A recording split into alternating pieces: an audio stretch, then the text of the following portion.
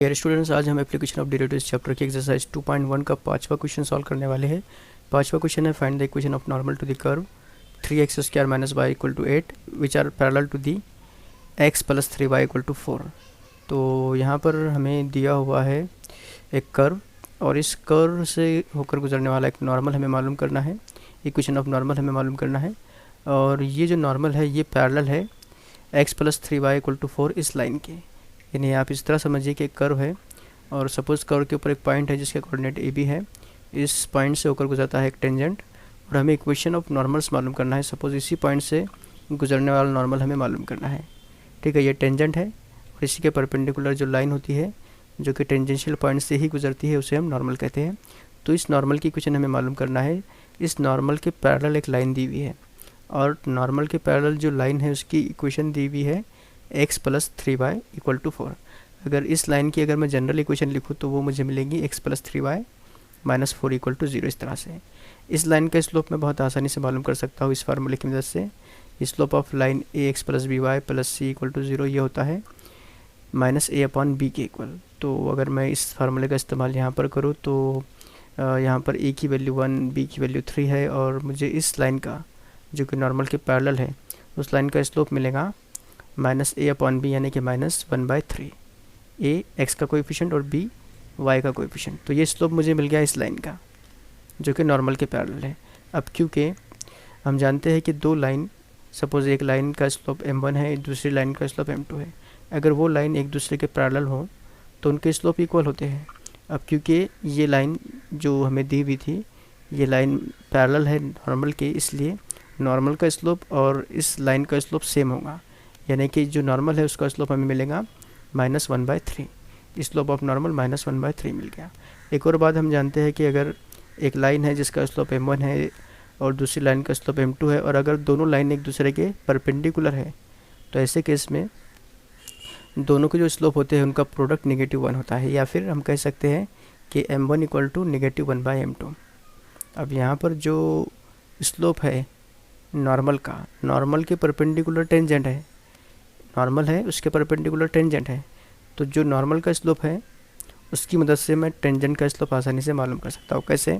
देखिए यहाँ पर m2 की जगह हम 3 कंसिडर करें तो -1/m2 हमको इस तरह का ही मिलता है, नहीं बराबर। और जो भी चीज़ इसके परपेंडिकुलर होगी उसका जो स्लोप होगा वो 3 के इक्वल होगा। एकदम क्लियर बात है।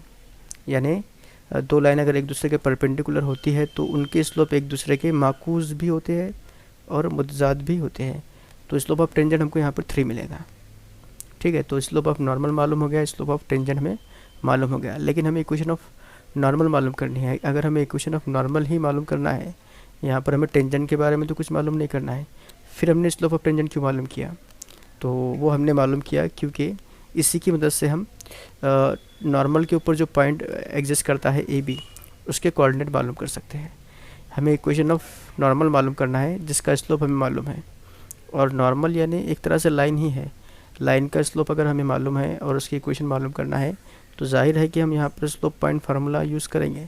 ठीक है, स्लोप इंटरसेप्ट फार्मूला भी होता है लाइन के लिए, लेकिन इंटरसेप्ट के अलावा हम यहाँ पर आसानी से पॉइंट ए भी मालूम कर सकते हैं। ठीक है, तो आप जानते हैं कि स्लोप ऑफ टेंजेंट हम एक और तरीके से मालूम कर सकते हैं जिसमें हम इस कर्व का इस्तेमाल करेंगे जो हमको दिया हुआ है 3x² - y² = 8। इसे डिफ्रेंशिएट करेंगे और जो dy/dx की वैल्यू होंगी वही स्लोप ऑफ टेंजेंट होगा।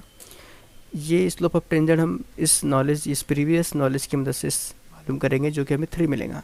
और ये स्लोप ऑफ टेंजेंट हम डेरिवेटिव की मदद से मालूम करेंगे। इसके बाद इन दोनों को कंपेयर करेंगे, कंपेयर करके दोनों को इक्वल दिखाएंगे और फिर ए बी की वैल्यू मालूम करेंगे। अब यहाँ हमें स्लोप तो मिल गया नॉर्मल का, पॉइंट ए बी ये भी मिल जाएगा। फिर हम स्लोप पॉइंट की मदद से ये इक्वेशन ऑफ नॉर्मल मालूम करेंगे, या फिर जो फार्मूला हमने स्टार्टिंग में पढ़ा था उस फार्मूले का इस्तेमाल करके हम इक्वेशन ऑफ नॉर्मल बहुत आसानी से मालूम कर सकते हैं। तो चलिए शुरू करते हैं। सबसे पहले we have to find equation of normal to the given curve. ये फार्मूलिटी है, ये तो लिखना ही है। क्या दिया हुआ है इसके अलावा? इसके अलावा दिया हुआ है कि नॉर्मल जो है वो पैरेलल है इस लाइन के। नॉर्मल और ये जो लाइन है दोनों एक दूसरे के पैरेलल है। ये जो लाइन हमें दी हुई है, ठीक है, इस लाइन का हम स्लोप अगर मालूम करें, अभी भी हमने मालूम किया, तो वो हमें मिलेगा -1/3। ठीक है, -1/3 हमें मिल गया इस लाइन का स्लोप जो कि नॉर्मल के पैरेलल है। तो जाहिर है कि जो नॉर्मल और लाइन एक दूसरे के पैरेलल हैं, जैसा कि हम जानते हैं 2 लाइन पैरेलल है तो उनके स्लोप सेम होते हैं। तो यहाँ पर नॉर्मल और लाइन दोनों पैरेलल है।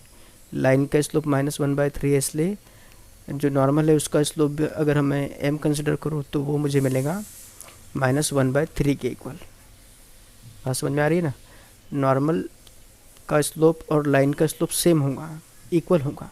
लाइन का स्लोप है -1/3, लाइन का स्लोप हमने इस ज़ाब्ते से मालूम किया, तो जो लाइन का स्लोप हमें मिला वही हमने नॉर्मल के स्लोप को लिख दिया यहाँ पर। अब देखिए ये बात आप जानते हैं कि टेंजेंट और नॉर्मल एक दूसरे के परपेंडिकुलर होते हैं, इसलिए नॉर्मल का जो स्लोप है उसका रेसिप्रोकल और इनवर्स इन साइन, जो साइन यहाँ पर दी हुई है उसका अगर मैं अपोजिट लूँ, यहाँ पर माइनस को प्लस कर दो और यहाँ पर जो टर्म दी हुई है उसका रेसिप्रोकल लूँ, तो मुझे यहाँ पर आसानी से टेंजेंट का स्लोप मिल जाएगा, यानी कि स्लोप ऑफ टेंजेंट जो होगा वो होगा +3। ठीक है, यहाँ पर मैं इसे +3 लिख सकता हूँ आसानी से। ठीक है, +3 मुझे यहाँ पर मिल जाएगा। इसके बाद हम देखते हैं यहाँ पर क्या दिया हुआ है, 3x² - y² - 8 = 0। ये हमें कर्व दिया हुआ है। इसे अगर मैं डिफ्रेंशिएट करूँ, डिफ्रेंशिएट करके मुझे कुछ इस तरह से मिलेगा। ठीक है, दोनों साइड में d/dx अप्लाई करूँगा तो मुझे यहाँ पर मिलेगा 3x² का डेरिवेटिव 6x - y² का डेरिवेटिव 2y dy/dx, 8 का डेरिवेटिव 0 = 0। यानी मुझे यहाँ पर -y dy/dx इक्वल टू मिलेगा -6 के इक्वल, यानी कि dy/dx जो होगा वो होगा 3x/y के, क्योंकि ये -2 और -6 दोनों कैंसिल हो गए, यहाँ पे 3x बचेगा सिर्फ। यानी फाइनली मुझे यहाँ पर dy/dx 3x/y के इक्वल मिलेगा। ठीक है, तो dy/dx मिल गया। अब मैं कंसिडर करता हूँ यहाँ पर कि जो टेंजेंट है, ठीक है, जो टेंजेंट है जिस नॉर्मल की इक्वेशन हमें मालूम करना है, उसी नॉर्मल के परपेंडिकुलर जो टेंजेंट है वो इस पॉइंट से गुजरता है, पॉइंट AB से। तो उस टेंजेंट का जो स्लोप होगा वो कुछ इस तरह से होगा, 3a/b। ठीक है, इसे इक्वेशन नंबर 2 कंसिडर करते हैं।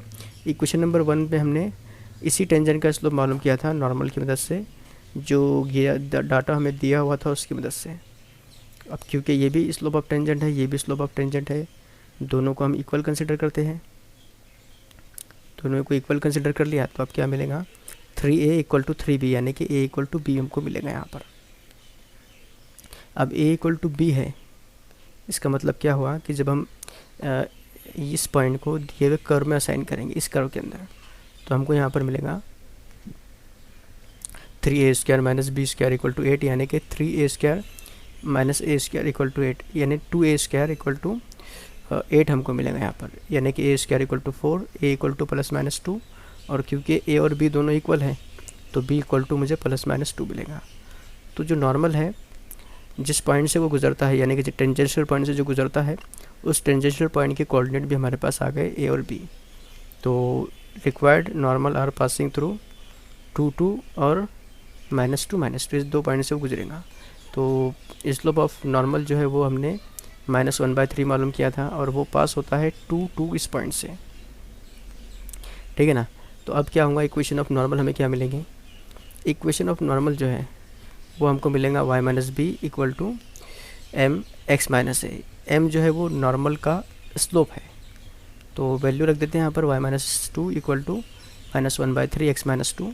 3 को शिफ्ट करेंगे लेफ्ट में, माइनस को मल्टीप्लाई करेंगे ब्रैकेट के अंदर, तो 3y - 6 मिलेगा इधर, और इधर मिलेगा -x + 2।